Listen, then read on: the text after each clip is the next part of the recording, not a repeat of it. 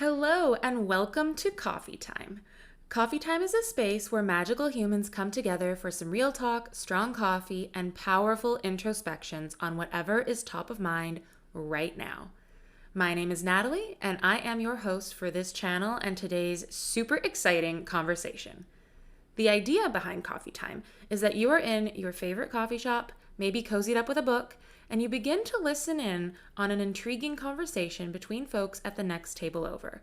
For that reason, there is no big introduction. We absolutely let the conversation speak for itself. And if you do want to know more about these special guests following today's episode, I invite you to check out the show notes for more details. So, on that note, let's dive right in. Hi. Hi. Sorry, my camera was having a moment. You're all good. I'm gonna turn my Spotify off because I was just jamming out to music. I was doing that earlier too, but like SoundCloud. Ooh, love it. I went kind of old school with like all the mixes I was listening to like 6 or 7 years ago, and I just had them playing while I'm like bouncing around, cleaning my house, organizing holiday gifts behind me, and like all that stuff. Adulting, look at you, dang. How what that is? I don't know. I'm not wearing pants. Like, wait, did you say you're not wearing pants? Yeah, well, technically I'm wearing like a sweatshirt dress, so like, but usually. Prove it. Wait, I want to see. The camera's gonna unfocus, but I can show you. Oh, that looks so comfy. It has pockets. Oh. And I have a thigh strap for my insulin pump. Oh, snap. I thought it was, wait, what is that thing called? Like a garter? Yeah, it's like one. Oh, the camera listened. But I feel like badass, like Laura Croft all the time. I was like, yeah, I'm diabetic. Yeah, I'll kick your ass. Like, yeah. Ooh, love. Wow, yeah. We just did a little advertisement for, what did you call it? That dress? For something that costs extra. I don't know. Wow. Leave it there. Always. Yeah. So I've just been doing that and getting my house organized, but it's one of the adulting thing. Like I was saying to my friend last night when we were talking, I was like, it's like you clean your kitchen and then you get hungry and then your kitchen's dirty again. Like, yeah, I don't like struggle. The struggle is real. Yeah. Also, I'm house sitting now, so I was gonna say you're in a different house every time I talk to you. Yeah, no, I'm loving it. I showed up this morning and it's just nice, like going through the cabinets and being like, wow, what do I have to eat? Okay, graham crackers. I love graham crackers. Let's have some graham crackers and milk. That sounds delicious. I have like pancake mix that I've been meaning to use, so I might have to do that soon. And I have like bacon in the fridge. I have an egg, not eggs. I have one egg. It was like, I could totally make breakfast for dinner tonight. Do it. Breakfast, you can't go wrong with breakfast any time of the day, I think. Agreed. Yeah, agreed. I also have to say, I know your struggle now with glasses and the glare. It's not so bad. Like, I feel like you notice it more for yourself. Like, I can see it, but it's not terrible.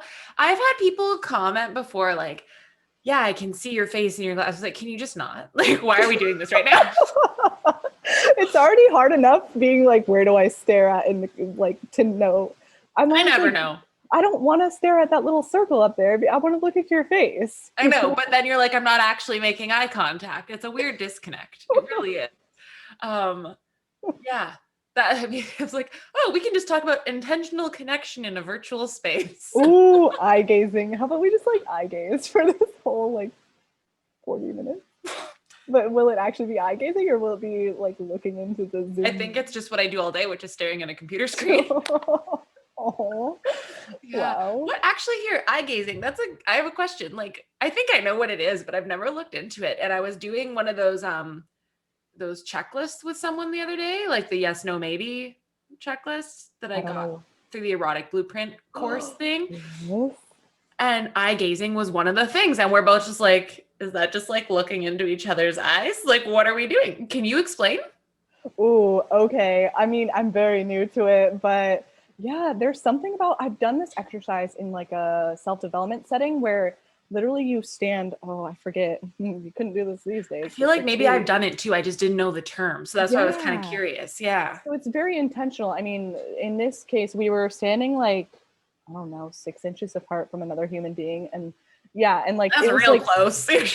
Okay, maybe it wasn't 6 inches. I don't know my measurements. It was Still, a yeah. while ago. Okay, but yeah, we were standing like pretty close to them, and it was at random too. Like you could be paired with an older lady, you could be paired with this massive dude. Like it didn't Mm. matter.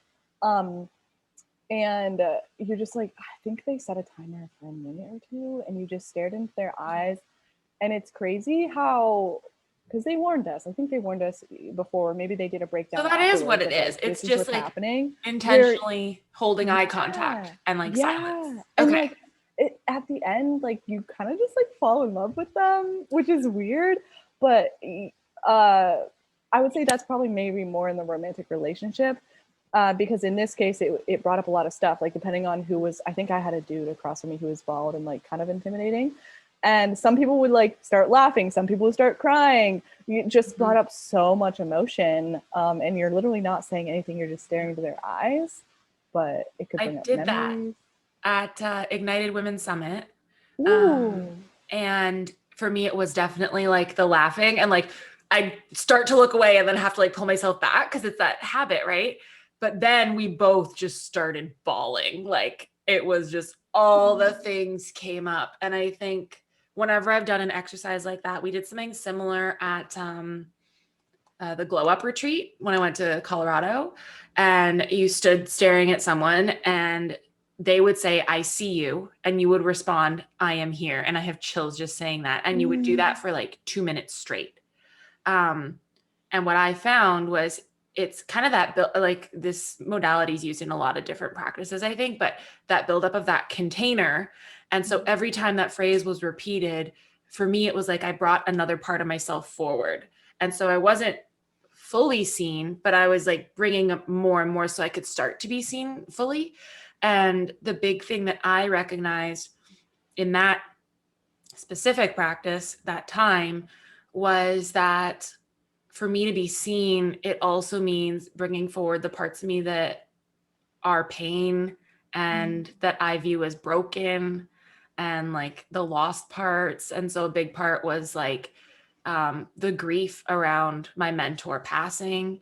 Um, and like that's part of me. Like I can't leave that behind when I'm showing up. And it doesn't have to be like sad or negative or whatever, that is part of me. It's just like it is necessarily so that that comes forward if I'm being seen in my entirety. And like I think you might have seen my post recently in the group where I was like, hey, I want people to see me because I want to finally see myself. Yeah. Yeah, and what a gift. And I love that you're bringing this up because I kind of had a, it was like an angry realization, but it's leading to just more openness and joy. Mhm. Yesterday, I was on a group coaching call, and we were like 2+ hours into it. And there was so much I wanted to say, but I was withholding it, that Mm. communication, and just shutting myself down before I could even speak. And it's a sucky feeling, first. And then, The scientific word. Yep. yeah, oh, definitely. And then finally I spoke up and I was like, I'm mad. I'm angry because I feel unheard. And I was like, and I'm mostly mad at myself because Mhm. I've been shutting myself down. And it's funny because the one time when I did share, I intentionally passed it off to someone else, which is like totally a manipulation tactic that I use. And it Mhm. comes across as like, oh, Marissa's so nice, she's letting me go. When no, this is me. It's like kind of like a self-deprecation tactic of like, oh, yes, there is that part of me that wants to be seen, but also sometimes it can feel unsafe to be seen and heard. Yep. Also, it's kind of funny. You are the second person this week who I've worked with in the past who has rearticulated people pleasing as manipulative behavior. And I'm like, yes, I got through. Like, Yes. Okay. Yeah. And the reason I articulated it in that way, so I didn't even attribute it to people pleasing, right? I was just like, this is like, but then the people in the group coaching program was like, they were like, Marissa, this is awesome. This is a huge breakthrough. This is you being able to step out of that people pleasing, because for mhm, so long, 23 years of my life, that has been the reality I've been living in. mhm. Yeah. And I think sometimes it is that like I always go back to semantics, but reframing things in new ways can help us to shed them, I think, a bit more quickly because some of the terms that we come to use. And it's not a bad thing. It just is. I think some of the terms we come to use excuse those behaviors as being more supportive than they actually are. Like saying it's people pleasing. It's like, well, like pleasing people in general isn't that bad. But if you call it for what it is as manipulative, you and I both are gonna be like, I don't want to be a manipulative person. Right. And you can be compassionate without being manipulative.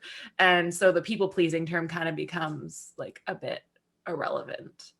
Yeah. But I love that. I think it's so powerful. And like, I've been doing a lot of work recently to dive into my anger. And that was actually part of why it's 11/11. On 11/22. And I'm like, whoa. Can we take a moment? All the wishes, all the things. Wow. Yeah. I've been really trying to feel my anger, whether it's towards myself, towards someone else. And something I heard recently, because I don't know, maybe this will resonate for you. And I've been trying to figure it out, and not like analyzing the shit out of it or anything, just like constantly being like, how does this fit into my concept of a higher power? Like, how does feeling angry? Because I know that they coexist. I know that anger is not separate from God, because God is everything or else he is nothing. And like, that's how I view the world. But I couldn't quite articulate it in a way that made sense to me. And then I heard or I read or something, mean things, inspirational quotes, blah, happen. Something about like, basically like anger is like the voice of your higher power telling you that you deserve better than that thing or whatever it is. Ooh, And so it's like, oh yeah, now I have like super chills, that bad lands. chills. And I'm like, yeah. And like, I don't have to be aggressive with my anger, right? Like I can feel it without taking it out on someone. And so in that way, I can still stay like aligned with higher power and aligned with like my, what I would say, like truest self or whatever. Yeah. But it doesn't mean I don't feel it, because if I don't feel it, I can't really process or make it through to that next thing. And that so perfect, because I haven't let myself feel the anger. They asked me, when have you felt this anger? And I said I had an anger episode. I think it was probably May or June, like in the midst of COVID and everything. And it got to the point where I threw glass, and it felt so freaking good. But it was also, it's scary to let yourself feel that. I think that's why I've suppressed it for so long. First of all, because I had it in my mind that, oh, this is an inappropriate emotion. Yep. Like you can't go there. Mm-hmm. For so long, my go-to was crying. Mm-hmm. And that rage, that anger, it can very much be fuel. Like you said, what was the quote? I loved it, of like that, showing that you deserve better. Mm-hmm. Yeah. Yeah, I mean, it's actually interesting because the last episode I recorded was about like starting to feel stuff, and now we're like anger, like but it is like I had until August, and like I had some very big life changes happening. I don't think I'd cried in like over a year. And I was talking to a friend the other day about it, because she mentioned having like a good cry. She's like, yeah, I watched like this animal video and had a really good cry. Like I needed that. And I think that's awesome. I also recognize for myself that like I can do that. I can cry at a TV show. I can cry at a video. But I have a lot of trouble crying on my own behalf. And so that crying, while it's like, it's a good practice, it's not really cathartic in the way that I need. Because I need to be able to cry for myself. I need to be able to be angry for myself, not like other people. But I also recognize, and I don't know if this is the same for you, with all the stuff that I've been going through, a lot of my friends have been really like protective of me. They've kind of jumped to my defense and been like, you deserve better, blah, blah, blah, blah. Like just in life, like a lot of stuff going on, and being angry on my behalf. And it made me super uncomfortable. And then I recognized that I don't get angry for my friends. Like I'm very the way you would know me, which is good in terms of the way that our relationship started. Very grounded, like seeing both sides of the perspective, like where can we make the changes, et cetera. And I think that is very valuable. And sometimes those like strong emotions are actually like important to bring into a relationship. They don't like take away from it or whatever. And so I'm kind of learning that as I go. Yeah, and I'm realizing as you're speaking, I'm like, I identify as a feminine being. And so we feel it all. And so it's almost a disservice to not, because yes, the coach in me is like, I have to be grounded, like we're not that I want to fix it, but like just providing that space. Mm-hmm. And then it's like, wait, at the end of the day, who's providing that space for me? And it's nice, friends have offered, but I also need to give myself that space. And so what I've been doing actually during the month of November is dancing to one song a day. And it's not like dancing to like look good and have the dance be beautiful. It's dancing, maybe the dance will look like throwing a pillow, and feeling that rage, or dancing really slowly and like kind of, yeah, with like this element of grief. It Mm-hmm. really depends on how I'm feeling that day. I love that idea. And I think that getting into the physical is so important. For so many reasons. I'm all about like feeling into things, and like a message I've gotten repeatedly this year. I don't know how to pronounce that word in like saying it. I read things, is that the physical body is necessary to experience the depths of the soul. Like, and I think you and I were kind of alluding to this the other day with like chakra work when we were doing our exchange after the card pull I did for you. And I had this come up with multiple people in those card pulls that I've done so far. I have like 12 more to do. Yeah. Is we're so focused on expanding upward, right? Whether that be like heart chakra, throat chakra, third eye, crown. But we forget that to do that, we have to root down. And so my friend, whenever she's done Reiki for me, she gets this image of like a really beautiful tree, and its roots are just like deep into the earth and the branches are stretching up.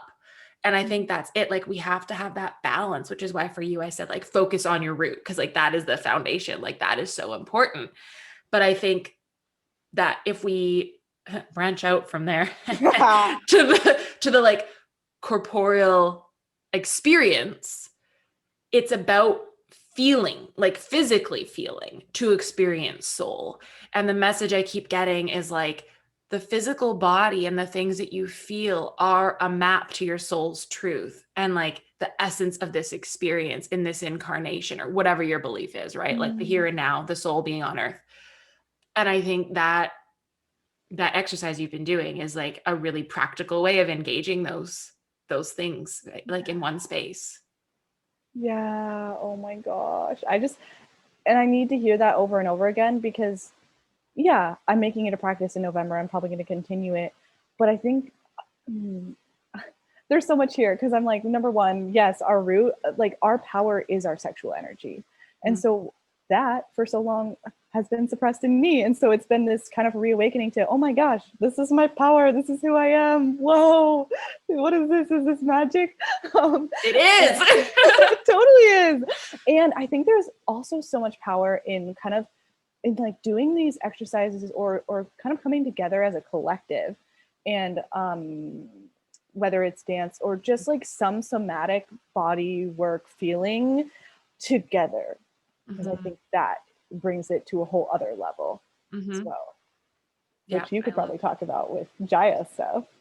oh yeah, that was big. I mean, but it's a lot of practices. Like even when I was doing like orgasmic meditation, we would do oh, what did they call them?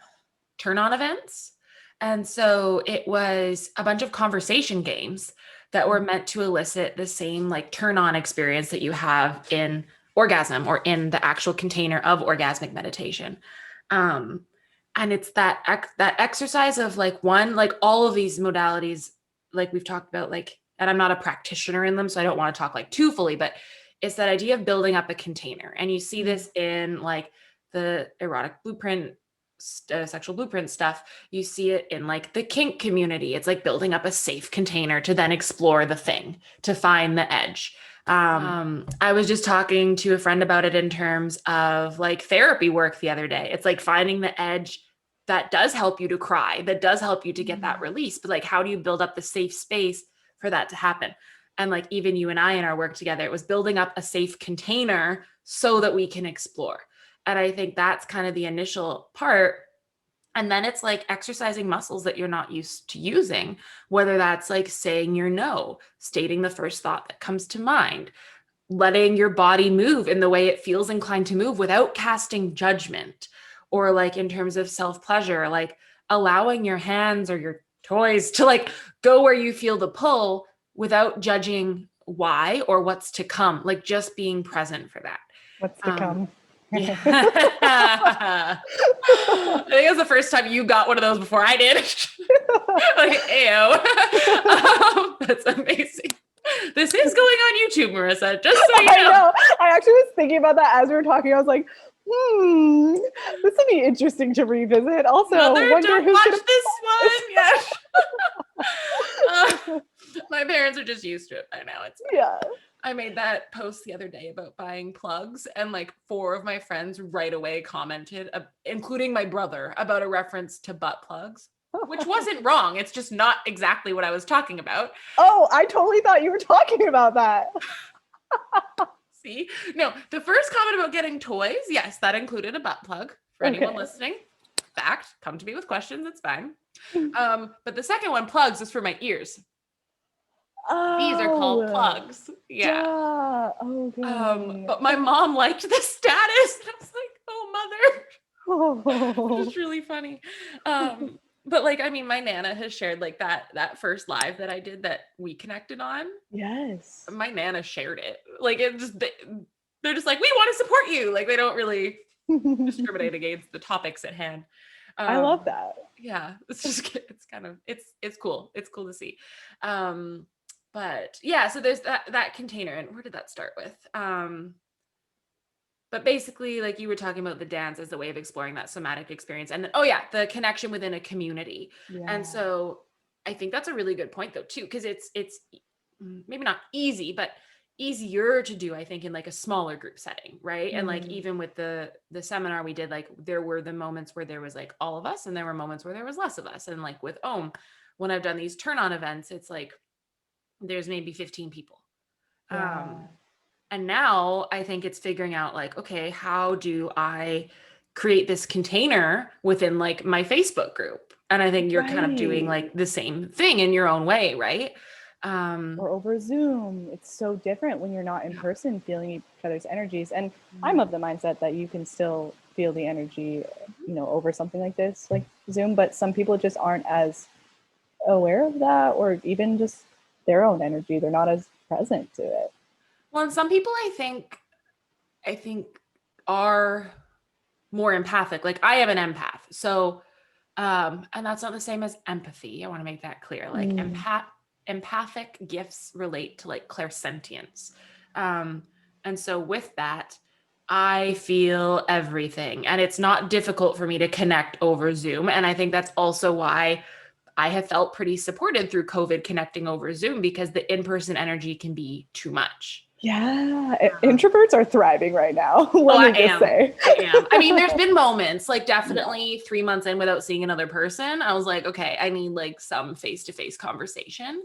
And now having gone, 9 months with like 2 hugs, it's tricky business. But like I am okay, and I've been hugging myself. So there's like self-love coming up, and it's uncomfortable because I'm not like, I'll do it as like a joke, but like to actually intentionally hug myself is like really hard. Yeah. You know what's okay? This is bringing up baths for me for some reason, because it has to do with the self-love and kind of like the intentional hug. Yeah. I realize how like even 1-2 years ago, I hated baths. Me too. And yeah. Okay. And my excuse, like what I told everyone was like, yeah, I hate soaking in my own filth. But which like, okay, like I can get behind that. But I think more than that, it was, I couldn't like lay there and be present with my body. I just couldn't. It would bring up too much. And also just the slowing down. There were so many factors to it that I had so much resistance to. No, I can for sure relate to that. Mine originally was that I was like mortified of water, like really badly, and specifically sharks. Like I had a very irrational fear as a kid. And I think part of my my gifts developing before I was aware of them is that I had a really good imagination. And so like if I was in the bath and couldn't see below the surface, I'd be thinking about like sharks in the ocean. But and this might sound totally ridiculous, but I think that's what a phobia is like it's extreme. But it was to the point that I had like a physical reaction to the thought of it. And I would be fighting like immense fear to just sit in that tub for 10 minutes and it just wasn't worth it.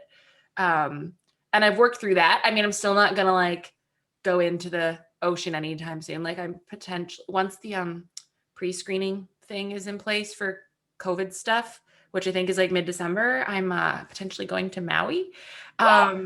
What? Yeah. And I made this very clear to the person I'm going with. I was like, just so you know, I'm not going in the ocean. Like, I don't go swimming in oceans. It's a thing. And they're like, what about hiking? I was like, hiking I will do. Yes.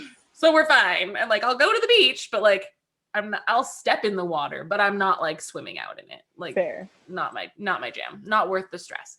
And I think now it definitely has been like, and I love that we're coming around to this because I know when you like did the thing, we said self-love, but we just kind of like dove in but it's been top of mind, I think, for both of us lately because we've been talking about it a lot in like our voice memo exchanges. And it's like that the first time I think that you put intention into prioritizing something like that, whether it be self-pleasure, turning off your phone to read a book, going for a walk without your phone. I always say without a phone because it's like that's the primary distraction that we usually get. Or having a bath. It's really uncomfortable because it goes against everything that we are taught. And I think her name's Candace Reels, who does the Female Collective on Instagram, where I got my like hydrate, meditate, masturbate hat. One of her posts, and I think she's repeated it a couple of times, says like self-care is like the biggest act of rebellion that we can take.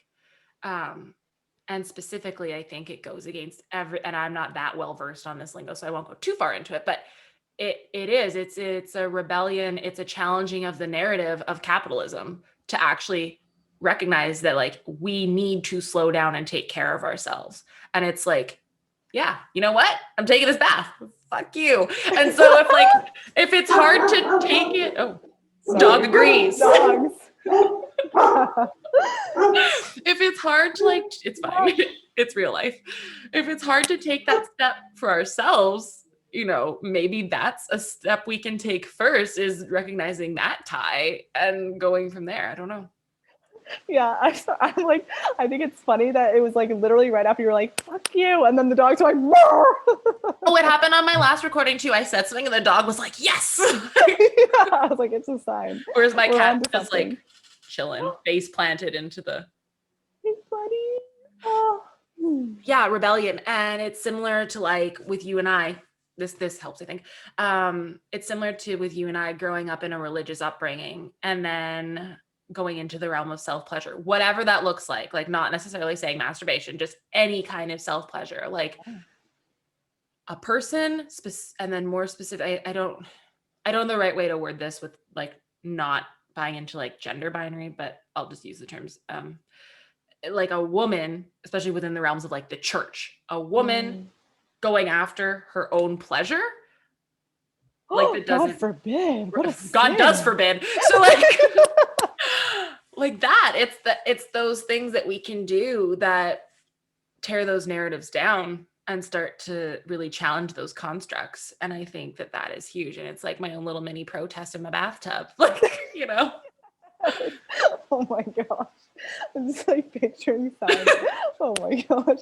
No, but I do want to ask, what was the shift? Because it seems like the whole like 10 minutes, it was like really hard to sit there and your imagination was going wild. And now at least from what I've seen, it seems like you're a pretty regular bath taker. You see my stories. What was the shift? I feel like in maybe August, with everything I had going on and with having decided to stop with my business, which part of that might be picking back up again, just saying. But with all of that, I had a lot of time. And I knew that I needed to focus on taking care of myself because I was very quickly realizing that I don't think I knew myself, because I was scared to. I was scared to see all those pieces because it was really painful. There's a lot that I hadn't processed. Um, and honestly, I hated myself. Like that's what was coming up was like I did not like myself. I thought I had no value, no worth. I had zero self-esteem. Um, and so with that, though, I knew I needed to take action to like move through that. So if it was just like, okay, you're going to sit in the bath for an hour and like read a book, I would go for like 3 hour walks listening to a podcast, like every day, because I couldn't handle just sitting at home either. And so as much as the bath is just like sitting there, I think it was the structure for me it helped me to be able to do it. I was like, I need something to fill my time. And so I couldn't just sit on the couch because like TV was too difficult because it would bring up all this stuff. And so in a weird way, it switched to being easier to sit in the bath, but I'd be like reading a book or listening to a podcast or whatever. And so there was still something else going on. Like there was always other sensory input. Yeah. But I think it was just like, it was kind of the lesser of two evils. And then I started to enjoy it more. And this past couple weeks, I really fell off with that, and then tried to get back into it. I think I had a bath on Friday. And so it's like less regimented now. Now it's just like, oh, I feel like a bath. I'll go have a bath. Not so much like I need to distract myself from other things. And a bath is the way I'm doing that. Got it. Ooh, wow. Yeah, love the just self-awareness around that. And I think too, just because you brought up empath earlier, I've heard, and maybe this doesn't apply to everyone, but I've heard that water is huge for helping empaths specifically kind of transmute all that energy. You know, a lot of people have suggested that I work with water, and I just found it funny because I'm terrified of it. Like as a kid, I didn't even like showering. I was like, nope, not doing it. Now I more just feel like it's a waste of time, and I wish that in a human form it wasn't necessary, because it's like this is inefficient. I have better things to do. That's how I feel about eating too. It's like why? Wow. Yeah. But yeah, I've been told multiple times, and like my guide was very much like use water to talk to me, and it's a thing. And like now with cleansing crystals, like I gravitate towards using water, and I'll like cleanse my hands. And then like yesterday I was doing it, and I was given the message to put salt, and so I like dissolve salt in the moon water on my hands, and like that's how I cleanse the crystals. So I have to wonder, like I haven't looked into this, but because you mentioned it, I have to wonder like where has my resistance to water really come from? Yeah. Yeah, and I don't know. I guess my first thought is like a fear of what was beneath the surface if I let go of everything that wasn't mine. Mm. Mm-hmm. Interesting that I say beneath the surface when we're talking about water, and I like didn't even think of that. But Yeah. I think that's kind of what it was. Because if I dispel everything into the water, like what's left? Me. Ah, Floating. yeah. Well, that's a terrifying image. But sorry, I was meant to be like very calming. I'm sorry. I know, and I'm like, what's below the darkness of this? Yeah. But yeah, I think that's it. I think that's what it was. I think that's what it is now. Like what I'm going through again, and maybe you're experiencing in just like a slightly different way, is like when we shed these layers of programming or like other people's energy and other people's shit that we've taken on. Hello, people pleasing. What is left? And then it's like, I have to see myself. And that is terrifying because seeing myself means seeing all of those things that I like haven't processed, wasn't present for, ran away from, all the hurt and the pain and the fear. That's all of it coming up in one moment if I want to fully see myself. And that's a lot. The way I'm perceiving it too is I'm like, there's a Marianne Williamson quote I think about this of like, we're not so much afraid of our darkness because yeah, that's freaking terrifying, but we're more afraid of our power, our light. That's what's terrifying. And so yeah, getting rid of people pleasing, like, you know, shedding the layer of the good girl Marisa. Who am I now? Like, Working on that one for a while, hey? Yeah. Oh, I feel like I'm kind of on the brink. Like I feel, yeah, because I'm not definitely not over the hump yet, but Actually, because you mentioned the darkness thing, hold on. I don't know if you saw this, but I channeled from my records the other day and I shared it on my Instagram.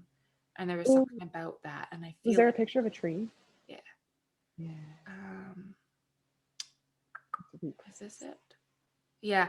Love does not have to come with fear. The shadows do exist, but bring them closer. Keep them near. They are not absences of good. They are yet another place to find your soul, yourself. Embrace darkness. Hearken light. You can exist in both always. You exist always. Mm-hmm. That is medicine, my friend. Those words. Mm-hmm. Yeah. That was when I was in my records the other night. I hadn't gone in a while. And I thought that was really powerful because I think there's like, and it goes into that like toxic positivity, spiritual bypassing realm of like love and light, love and light. And I was reading that book, and I still am, just not, I'm not like fully diving into it. Existential Kink, and it talks about like, kind of like the light, basically like where there's light, there will be shadow, right? Oh, always. And the interesting thing is if you dive into love and light, that shadow's getting like darker. Um, but the darkness, my take is the darkness, like this said, like the darkness isn't bad. The darkness is, it's a place I find myself. I exist in both. And it's similar to like, I think what's coming up now at least is like the tantric approach to like magic and like witchcraft is very like you draw from the different streams in whatever way best supports the situation. Whereas other people are very like left hand path, right hand path, this kind of magic, this kind of magic. And it's like, no, like we can have it all if we have a focus on like the most aligned outcome, I guess we'll say, right? Like whatever's for the highest good. And keep that perspective. And I think it's similar with like finding ourselves. It's like just because it's shadow, and this is where there's an issue, like there's a huge issue beyond this, but with the juxtaposition of like light, dark, like black and white, Good, good, bad. bad. Yeah. Yeah. It prevents healing. It prevents that like that marriage of the qualities and the things that make us our unique embodied selves. And so like, yeah, go into the shadows. Like you don't have to be scared there. And like I've been going for walks at the lake nearby in the pitch black. There are no lights there at all. Wild. But I was there the other day and thankfully I've had a friend who like a lot of times when I'm there, if I'm like freaked out, they'll call me, which is really nice. But I was there and the only thing I actually got scared of was that lady behind me walking around, like being a anti-vaxxer, anti-masker. And I was like, no, I'm out. And I like dipped out from the park because I was like, I don't want what you're carrying. But my friend had said to me, the only one to fear in the woods is the witch herself. Ooh. And so I was walking and I could tell there were some things out and about because it was on like Halloween too. Which was Samhain, I think they pronounce it. And Oh, it was yes. full moon and it was like all that. And I was like, okay, the veil is very thin and I could like feel the things kind of lurk, nothing bad, but like lurking. And I was like, I don't really want to take you home with me. Like I've had enough of that this year. And so I got to like the end of the park where there are streetlights and I had the choice to like go back in or leave. And I stood there and I was like, bitch, I am the witch. Let's do this. And just like walked through and like it was fine. And like granted, I shouldn't push my luck in a dark park alone at night. Like, no. But in terms of the spiritual aspect of this, like that was really important for me to recognize. And I think it goes for this too. It's like if I have access to that light, I have safe access to that darkness. And darkness doesn't have to be negative. Like it just is. And it's the same with like entity work, like learning to approach entities as energy, and energy is neutral. It can be higher or lower vibration, but that doesn't necessarily mean positive or negative. I heard it said the other day, which I loved.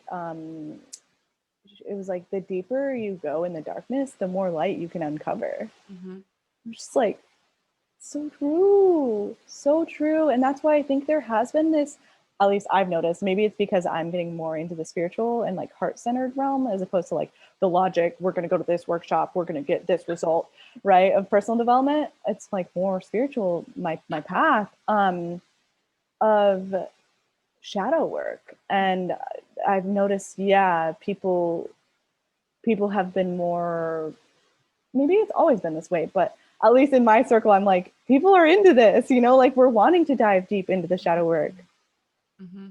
because we know what's on the other side. And it's not for that, right? Like, or maybe it is. Maybe we all just want like the prize at the end, the light, but you have to go through the darkness. There's no way around it. You can't avoid it. Well, I don't think that necessarily the light is on the other end. Like, I think the shadows just are. Like, I don't think they need to be this thing that we have to dispel. You know what I mean? Mm. Um, because we get like that book, like Existential Kink kind of talks about it. I don't know the end result, so don't quote me on this, but Okay. it talks about like there is kink, there is turn on in the shadow.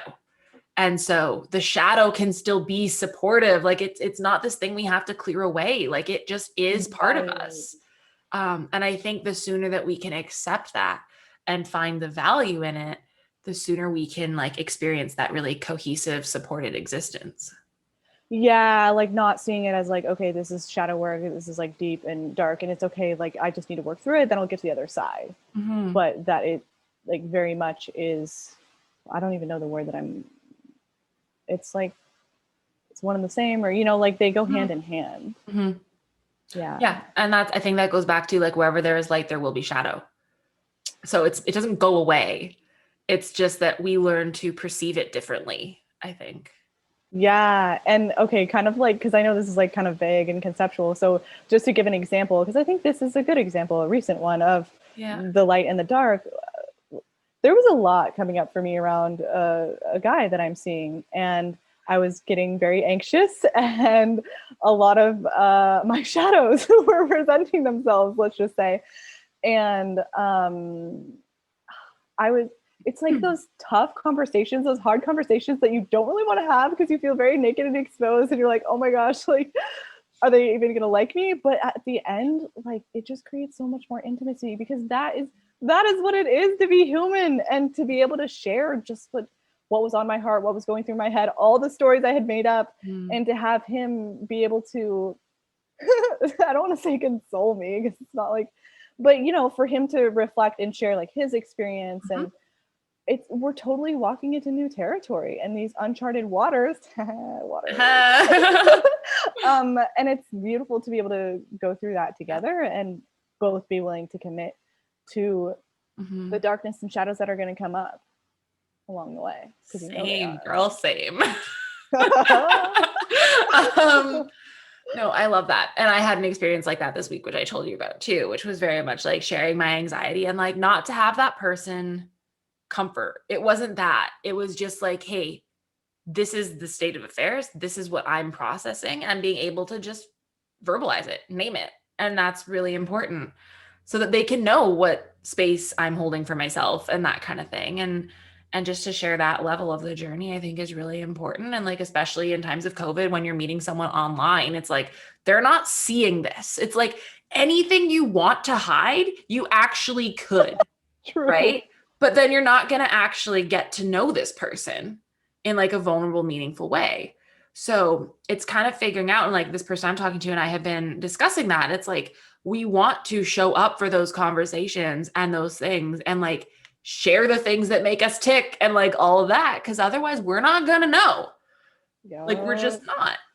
Um, This is totally coming full circle because we started out talking about being seen and heard, and now yep. here we are, and it's like, Oh, yeah, I've speaking our definitely truth. been very seen lately, and it's a, oh, that was not how I meant for that to come across, though not entirely wrong.